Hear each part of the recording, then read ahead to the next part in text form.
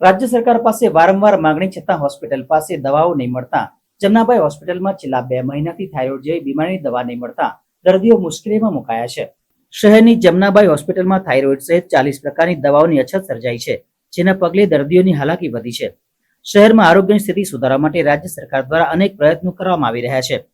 મોહલ્લા clinic અને ઘર નજીક આરોગ્યની સારવાર મળે તેવા પ્રયત્નો પણ થઈ રહ્યા છે। સરકારી દવાખાનાનું સ્તર સુવિધા સુધરે તે માટે કાર્યવાહી કરાઈ છે, પરંતુ ખાટલી મોટી ખોટ સમાન દવાઓની અછત દર્દીઓને મુશ્કેલીમાં મૂકી રહી છે।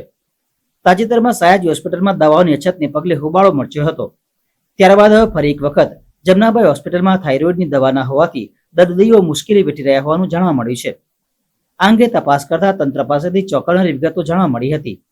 થાઇરોઇડ સહિત શરદી ખાંસી સિવાય ડાયાબિટીસ અને અન્ય રોગની દવાઓ પણ મળતી ન હોવાના કારણે બહારથી હોસ્પિટલે ખરીદવી પડી રહી છે। એ દવાઓનો અમે પ્રધાનમંત્રીમાં સરકારનો પરિપત્ર થયો છે કે દવાઓ ન હોય ને દર્દીઓને તકલીફ ન પડે એટલે પ્રધાનમંત્રી જન આરોગ્ય કેન્દ્ર છે એમાંથી દવાઓ મંગાવી લેવાની એમનો ઓર્ડર અમે કરી દીધો છે। 2-3 દિવસમાં દવા પાછી આવી જશે। કયા રોગની દવાઓની અછત પડી હતી?